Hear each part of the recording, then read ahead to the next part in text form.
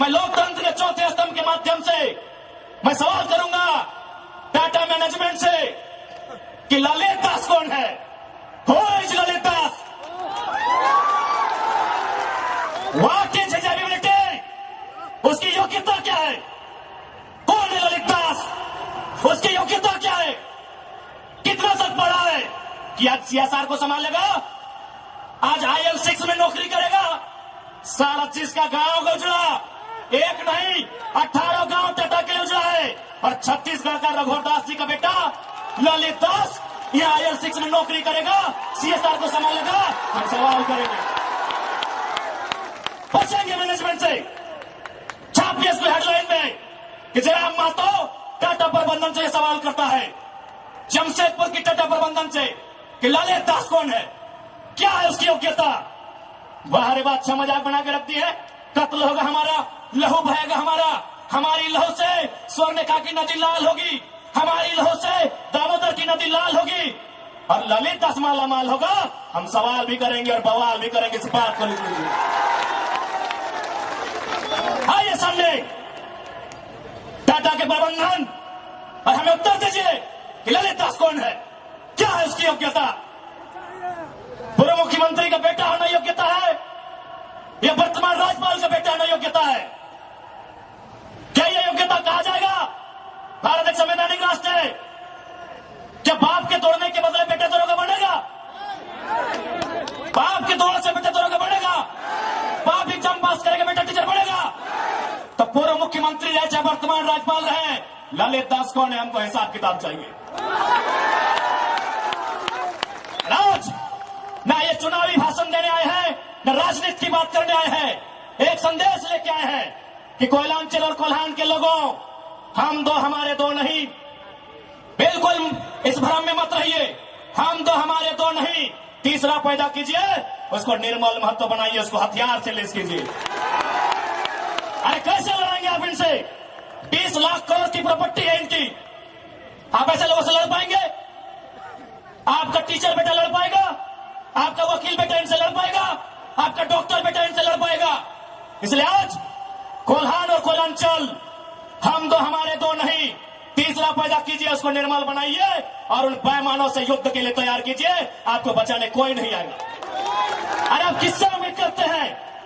SSP, आपको जानकारी होना चाहिए, एसएसपी टाटा का साथ देते हैं।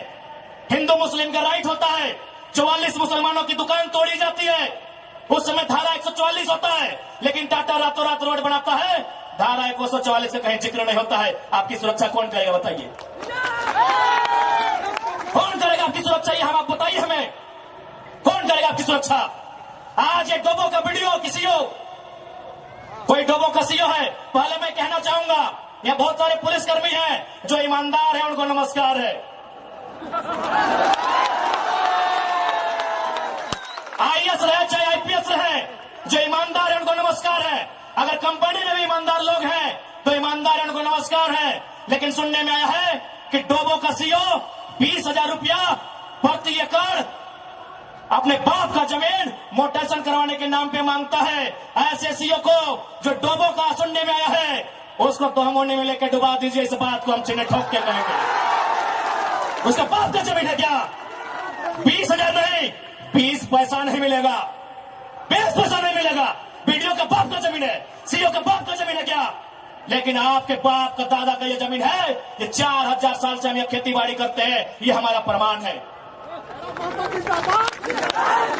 अरे आप तो दुनिया के वैज्ञानिक मान रहे हैं कि सबसे पहला इंसान सिंहभूम से निकला था। आप गर्व कीजिए अपने इतिहास पर, आप गर्व कीजिए अपने इतिहास पर। ये हम नहीं कह रहे हैं, ये दुनिया की रिसर्च की टीम कह रही है कि जब दुनिया जल में था और जल से जो मिट्टी का कण पहले बाहर आया था और सिंहभूम का इलाका था, ये दुनिया की रिसर्च टीम कह रही है। यानी ये जमीन हमारी है, ये भूमि हमारी है। और आज यहाँ हम बेगाने बन के बैठे हैं, आज यहाँ हम दर बदर की ठोकरें खा रहे हैं। आज हमारे यहाँ कत्ल किया जा रहा है और एकदम साल दर साल किया जा रहा है। 77 में, 87 में, 97 में, 7 में एकदम कंटिन्यूली हमारा कत्ल किया जा रहा है। और आज हम हाथ धर के बैठे हैं। आज हम कहना चाहेंगे, आज बिल्कुल अगर हम होते हैं निर्मल दा के समय, यदि हम होते सुनील दा के समय, कसम से आंख से आंसू नहीं बहाते, कसम से आंख से आंसू नहीं बहाते। उनकी मौत के साथ साथ और 100 लोगों को मरने के लिए तैयार करते और आंख से आंसू नहीं उनको नदी में बहाते जो उनकी मौत का कारण बने थे। हमने आंख से आंसू बहाया, हमने अनाथों जैसा अनुभव किया कि हमारे लीडर चले गए, अब रोने का समय नहीं है, अब बिलखने का समय नहीं है, इंतकाम का समय है। क्योंकि आने वाला 20 साल बाद आने वाली पीढ़ी ना वो निर्मलदा को पढ़ने का समय जुटा पाएगी, ना वो बिरसा मुंडा को पढ़ने का समय जुटा पाएगी, ना वो शेख भिखारी को पढ़ने का समय जुटा पाएगी। आने वाली पीढ़ी सवाल भी नहीं कर पाएगी। इसलिए आज आपको अपने हर एक घर से, हर एक परिवार से एक एक औलाद को, चाहे बेटा या बेटी रहे, एक एक औलाद को फौलाद बनाना होगा। ये आज मैं कोल्हान वासियों को कहना चाहूंगा।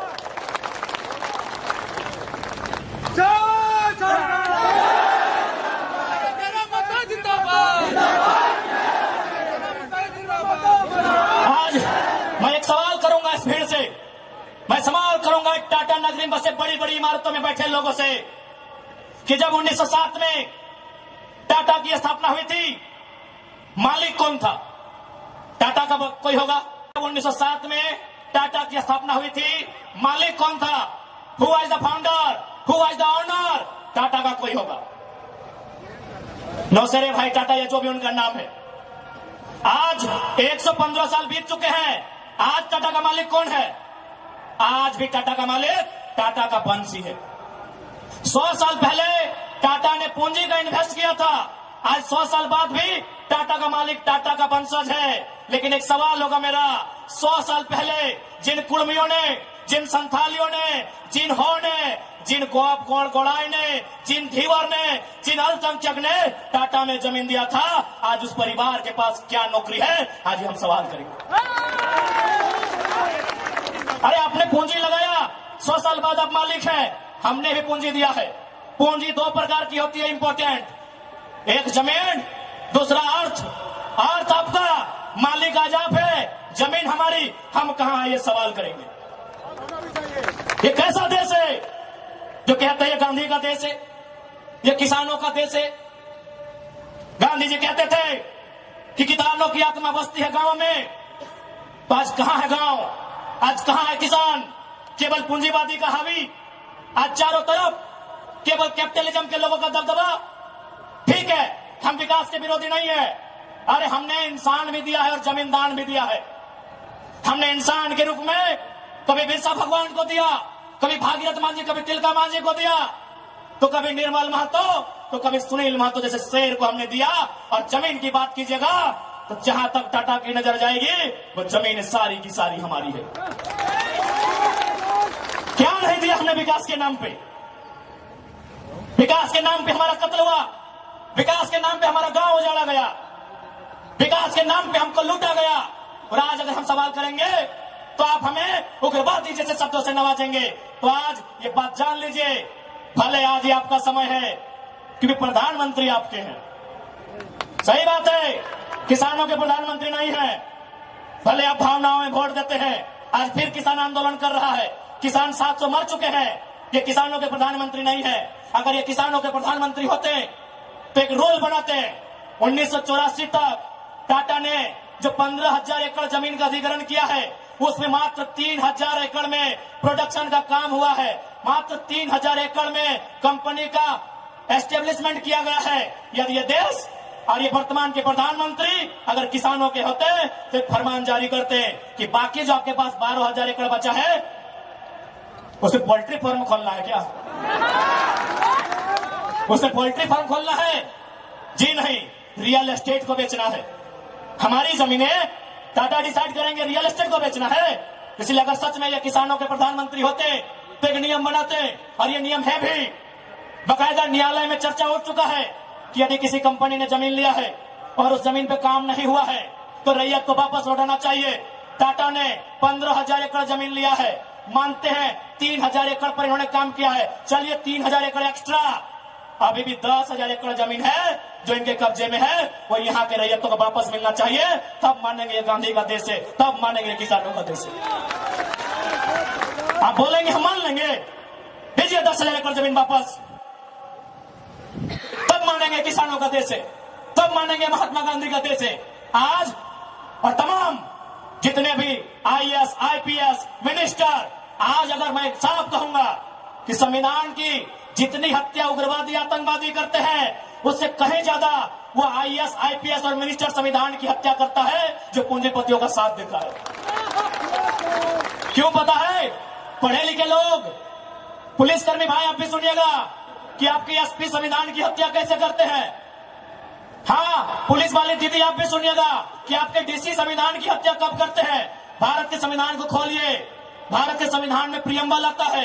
प्रियम्बल में क्या लिखा है पता है? हम भारत के लोग सामाजिक, राजनीतिक, आर्थिक न्याय की बात लिखा है। हम भारत के लोग धर्मनिरपेक्ष समाजवाद का नाम लिखा है। समाजवाद, पूंजीवाद नहीं लिखा है, कहीं नहीं लिखा है।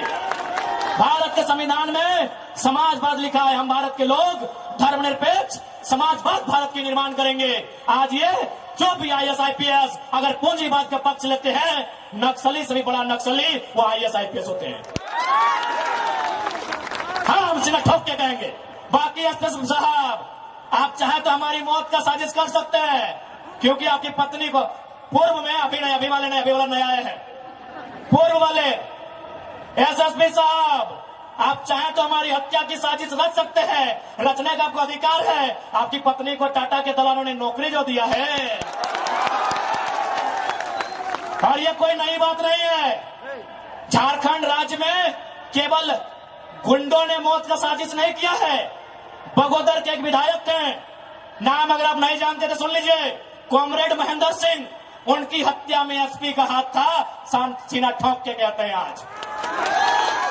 आज भी गांव में लोग कहते हैं कि कॉमरेड महेंद्र सिंह की हत्या में उस समय जो भी थे, क्योंकि हम लोग उस समय अंडा थे, अंडा मेरा छोटा बच्चा थे, हमें आइडिया नहीं है, जो भी थे, जिस भी जिला के थे, झारखंड में 24 में से एक एसपी का हाथ था महेंद्र सिंह की हत्या में। तो ऐसे लोग जिनकी पत्नियों को, जिनके बच्चों को ये लोग नौकरी देंगे, वो हत्या करने से पीछे कैसे हटेंगे?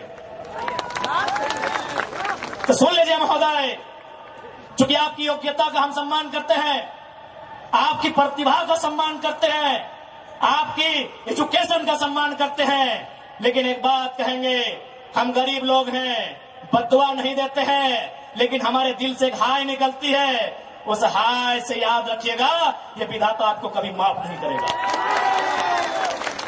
अरे भाई, अगर हिम्मत नहीं है तो काहे गर्व से बोलते हैं कि आईएएस, आईपीएस बन के आए हैं? अगर Tata, Vedanta, Birla, BCCL, CCL, Ambani, Adani, Usha Martin, TISCO, Telco, अगर उनकी गलत नीतियों से आपको लड़ने का हिम्मत नहीं है तो काहे खुद को आईएएस, आईपीएस की गिनती करवाते हैं? चपरासी बनिए, चपरासी बनिए। और हम ये भी मानते हैं कि आज आपके पास शक्तियां हैं। अरे बहुत अच्छा, क्या कीजिएगा? ऐसे भी तो हमारा कत्ल होता आया है। हम कत्ल होते होते हम मरते मरते परेशान हो चुके हैं। हमने बहुत कत्ल देखा है। जितना अंग्रेजों ने हमें नहीं सताया है, उससे कई ज्यादा गुना कॉर्पोरेट ने, भ्रष्ट आईएएस, आईपीएस ने, भ्रष्ट मिनिस्टर ने और भ्रष्ट डोबो जैसे सीओ ने हमें सताया है। अरे आप क्या कीजिएगा, कीजिए ना। मरने सब आया है, कौन यहां जीने आया है? 610 ट्रिलियन वर्ग किलोमीटर सूरज। हमारे साथ अगर हमारी सभा को सुनेगा तब तो जनरल नॉलेज भी बढ़ा देंगे। 610 ट्रिलियन वर्ग किलोमीटर सूरज एक दिन मर जाएगा। 510 मिलियन वर्ग किलोमीटर की धरती, ये भी एक दिन मर जाएगी। 165 वर्ग किलोमीटर में फैला हुआ, मिलियन वर्ग किलोमीटर में फैला हुआ प्रशांत महासागर, यदि पानी भी एक दिन सूख जाएगा। 5,95,000 वर्ग किलोमीटर, 95 लाख वर्ग किलोमीटर फैला हुआ हिमालय का पहाड़ एक दिन पिघल जाएगा। 38 मिलियन वर्ग किलोमीटर में उगने वाला चंद्रमा मर जाएगा। अरे 5 फीट का इंसान काहे डर रहे हैं? काहे डर रहे हैं? आपकी डर आपकी मौत का कारण है, आपकी डर आपकी भय का कारण है। मैं एक लाइन कहूंगा, एक क्रिकेट का उदाहरण आपको दूंगा। साउथ अफ्रीका में एक खिलाड़ी थे, उनका नाम था ग्रीम स्मिथ। उन्होंने घर की दीवारों पर 3 लाइन लिखा था कि मुझे बड़ा होके साउथ अफ्रीका की टीम से क्रिकेट खेलना है। दूसरा लाइन लिखा था, मुझे साउथ अफ्रीका की क्रिकेट टीम का कप्तान बनना है। और तीसरा लाइन लिखा था, मुझे ऑस्ट्रेलिया को घर में घुसकर टेस्ट मैच हराना है। जबकि क्रिकेटर का ड्रीम होता है वर्ल्ड कप जीतना, लेकिन ग्रीन स्मिथ का ड्रीम वर्ल्ड कप नहीं था, ऑस्ट्रेलिया को टेस्ट में हराना था। चूंकि उन्होंने घर की दीवार पर लिखा था, रोज उनको पढ़ते थे और उन्होंने वो तीनों ड्रीम पूरा किया था। आप भी जाओ, घर की दीवारों पर लिख दो, सुनील महतो की शहादत को लिखो, निर्मल दा की शहादत को लिखो, हमारे साथ हुए जुल्म को लिखो, जिस एसपी के टाइम में जुल्म हुआ उसका नाम लिखो, जिस जीएम के टाइम में जुल्म हुआ उसका नाम लिखो, और अपनी पीढ़ी से बोलना, आज ना सही, आज वक्त उनका है, जिस दिन वक्त हमारा होगा हम भी उनकी आने वाली पीढ़ी से बदला लेंगे। जाओ अपने घर की दीवारों पर लिखो, जाओ शोषित लोग, वंचित लोग अपने घर की दीवारों पर लिखो, हाँ आज समय इनका है, आज ये बड़ी बड़ी इमारतें इनका समय है। लेकिन याद रखिएगा, सिकंदर भी 33 साल की उम्र में झाल बजाकर लौट गया था। बड़े बड़े 30 मारखास जहां से लौट गए। इसलिए मैं तमाम लोह नगरी में जितने पदाधिकारी हैं, जितने मिनिस्टर हैं, मैं एक संदेश देना चाहूंगा, पाप का भागी मत बनिए। पाप किसी के बाप का नहीं होता है। कंपनियों की दलाली मत कीजिए, रैयत के साथ इंसाफ कीजिए। ये मैं तमाम प्रशासनिक लोगों से निवेदन करना चाहूंगा।